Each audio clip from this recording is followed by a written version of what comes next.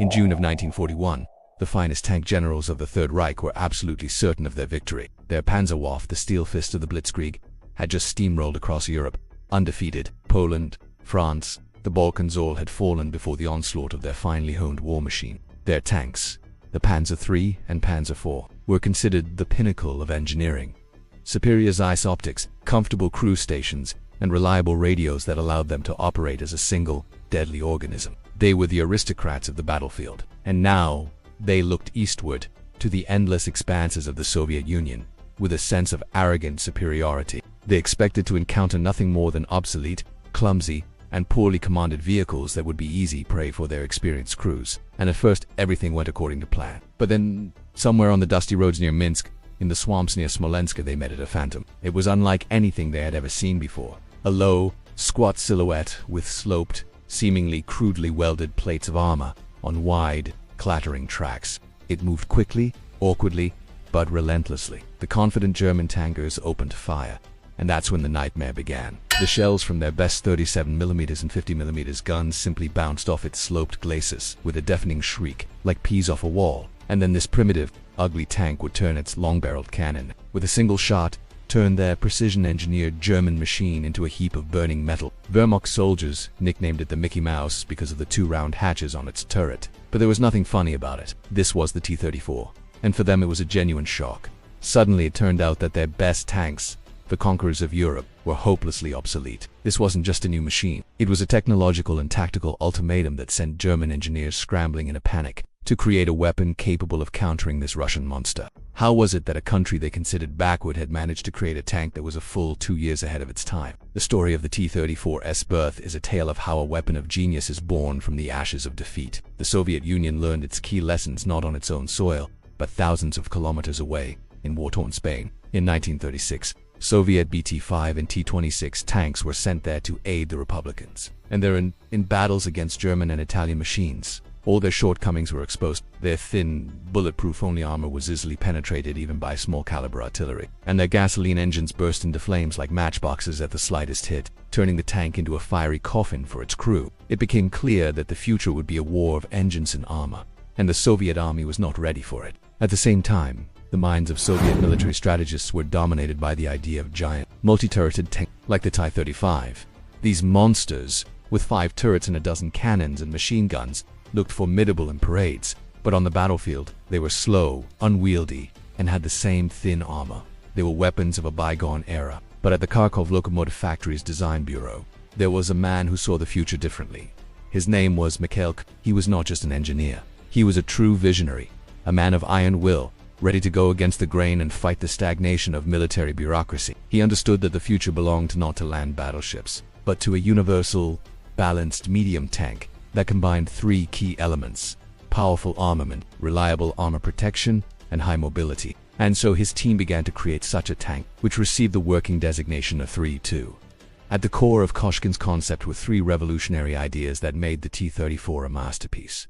The first and most important was sloped armor. This was not just an engineering find, but a true stroke of geometric genius. Koshkin and his designers arranged the armor plates, not vertically, as on most tanks of the time, but at steep angles. The frontal plate, only 45mm thick, was set at an angle of 60 degrees. Simple trigonometry shows that for a shell traveling perpendicularly, the effective thickness of such armor was already 90mm. But that wasn't all. A shell hitting a sloped plate was far more likely to ricochet off to the side rather than penetrate. In effect, the tank forced enemy shells to defeat themselves. This simple yet brilliant solution allowed the tank to achieve a level of protection unattainable for German vehicles, despite its relatively low weight. The second revolution was the V2 diesel engine. This was a lightweight aluminum 12-cylinder diesel engine, originally developed for aviation. Unlike gasoline engines, it was far less flammable. Diesel fuel does not ignite as easily as gasoline. It had immense torque, which gave the tank excellent traction, and it was more fuel efficient, which increased its operational range. While German tanks required high-octane gasoline, the T-34 could run on almost any diesel fuel. This was a colossal advantage in a war fought over vast distances. And the third element of success was the suspension system. Inheriting the famous Christie suspension from the light BT tanks, designed by American engineer J. Walter Christie, the designers complemented it with wide tracks. While German tanks with their narrow tracks got hopelessly bogged down in the infamous Russian Rasputitsi the spring and autumn adore in deep snow, the T-34 like an altering vehicle, pushed confidently forward. It was built for the Russian wilderness. When the first two prototypes, designated A-32, were ready, Koshkin faced his final obstacle: conservative military officials who still doubted his concept. To prove his point and convince Stalin and the high command of the new machine's reliability, Koshkin took an unprecedented and desperate step. In the early spring of 1940, in the bitter cold, he and his team undertook a legendary trek in the two prototypes from Kharkov to Moscow and back, journey of nearly 2,000 kilometers over rugged, roadless terrain. It was an incredible ordeal for both the machines and the men. Koshkin, who was already in poor health, personally drove one of the tanks. He wanted to check every detail himself, to fix every minor issue. The run was a success. The tanks reached the Kremlin without serious breakdowns, where they were demonstrated to the country's entire top leadership. Stalin was impressed. He personally approved the new machine, giving it the name T-34 and ordering it into immediate mass production. Koshkin had won. He had proven himself right, but this victory cost him his life. During that icy journey, he caught a severe cold, developed pneumonia, and died a few months later. In September 1940, he never saw how his creation would change the course of the war. He gave his life for the tank that would become a symbol of victory. Meanwhile, at factories in Kharkov and Stalingrad, the first production T-34s were already being assembled. The most terrible war in history was less than a year away. The German nightmare, born from the genius of a Soviet designer, was preparing to roll off the assembly line. When German tanks crossed the Soviet border on June 22, 1941, they were met with chaos and disorganization. The Red Army was caught completely by surprise. But amidst this chaos, pockets of fierce, incomprehensible resistance flared up. It was then that the first encounters with the T-34 took place. There were still very few of these tanks, no more than 1,000, and they were scattered among different units. Many were lost and not in combat, but due to mechanical failures or lack of fuel. The crews were poorly trained and lacked the experience to fully exploit the new machine's advantages. But even under these conditions, when one or two T-34s entered the fray, they had the effect of a bombshell. German tankers discovered with horror that their shells were useless, and the Soviet tank, closing in, would smash through their armor with a single shot from its powerful 76mm L-11, and later F-34 cannon. One of the most famous episodes occurred in October 1941 near Minsk, where Colonel Kutakov's brigade, using ambush tactics, halted the advance of an entire Panzer division of the famous General Guderian with their T-34s. Guderian, one of the fathers of the Blitz, was so stunned that he wrote in his report to Berlin, "The superiority of our tank forces material, which has existed until now, has been lost and has passed to the enemy. The prospect of a quick and continuous victory is vanishing." The German general staff created a special commission that traveled to the front to study captured T-34s. The commission's findings were grim and shocking. They acknowledged the complete superiority of the Soviet tank in all key parameters: armament, armor, and cross-country performance. German engineers were given an urgent task to immediately create something similar. Some even suggested simply copying the T-34. But German industry, geared for precision and complexity, could not mass-produce such a crude tank. Instead, they went their own way, eventually creating the famous Tiger and Panther tanks.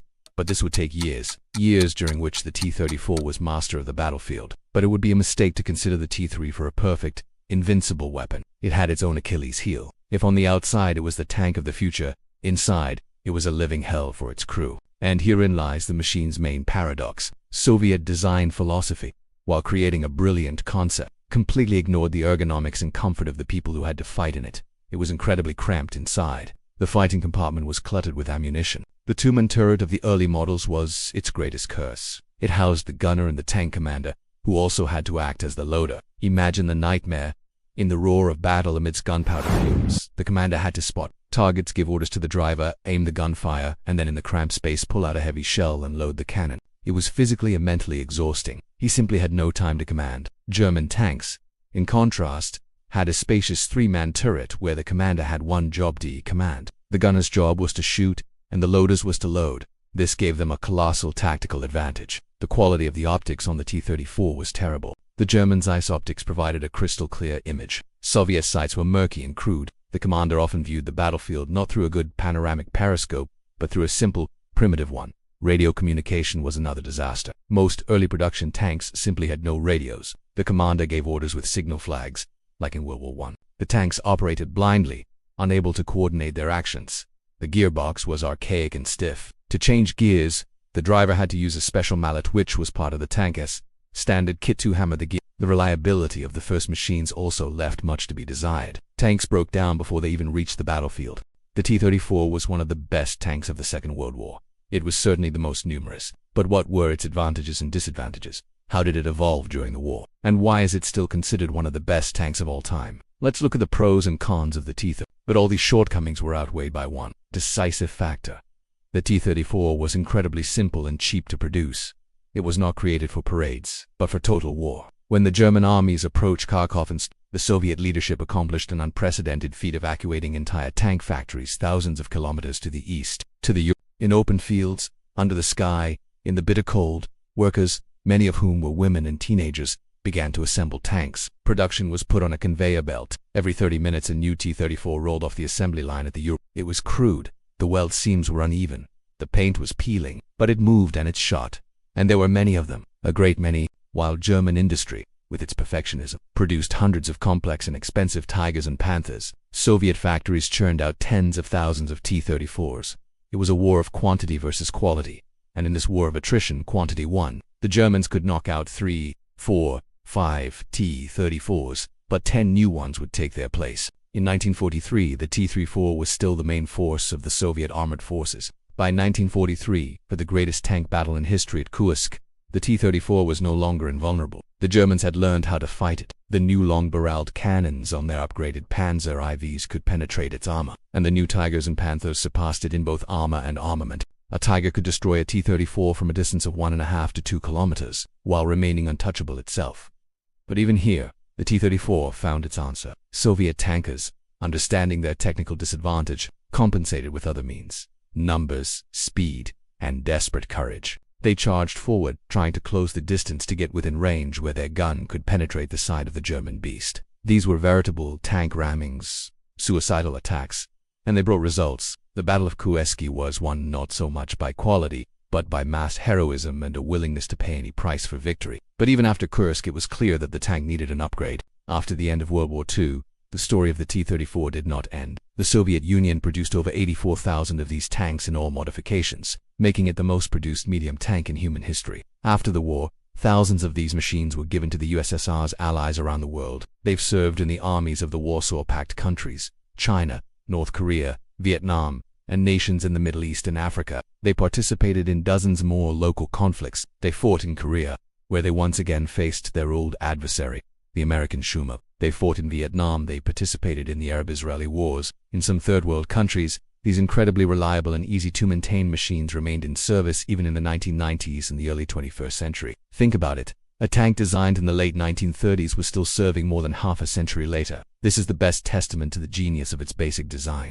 So what is the legacy of the T-34 today? It is vast and multifaceted. First, it proved the absolute effectiveness of the universal medium tank concept. After World War II, all nations abandoned the division into light, medium, and heavy tanks and transitioned to the concept of the main battle tank, which is a direct descendant of the T-34. It demonstrated the decisive importance of the balance between the three main characteristics: firepower, armor, and mobility. Modern tanks like the American Abrams or the German Leopard 2 are, in essence, developments of the same ideas laid down by Koshkin. They use composite multi-layered sloped armor, powerful diesel engines, and deadly smoothbore cannons. But the philosophy itself has remained the same. And third, the story of the T-34 is the eternal debate over what is more important: technological perfection or mass-producible simplicity. The German Tigers and Panthers were, without a doubt, more advanced machines, but they were complex, expensive, and unreliable. There were too few of them. The T-34 was crude, imperfect, and uncomfortable for its crew,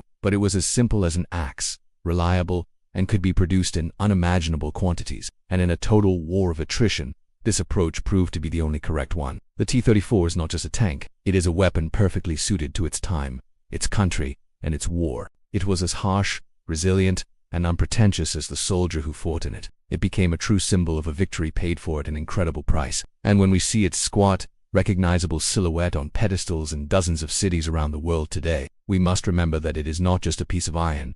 It is a monument to engineering foresight, industrial heroism, and human courage that managed to stop and then crush the most terrifying war machine the world had ever seen. It remains a nightmare for German generals and a symbol of hope for millions. Your support, likes, and subscriptions are very important to us. And don't forget to hit the notification bell so you can always stay up to date and never miss our new videos.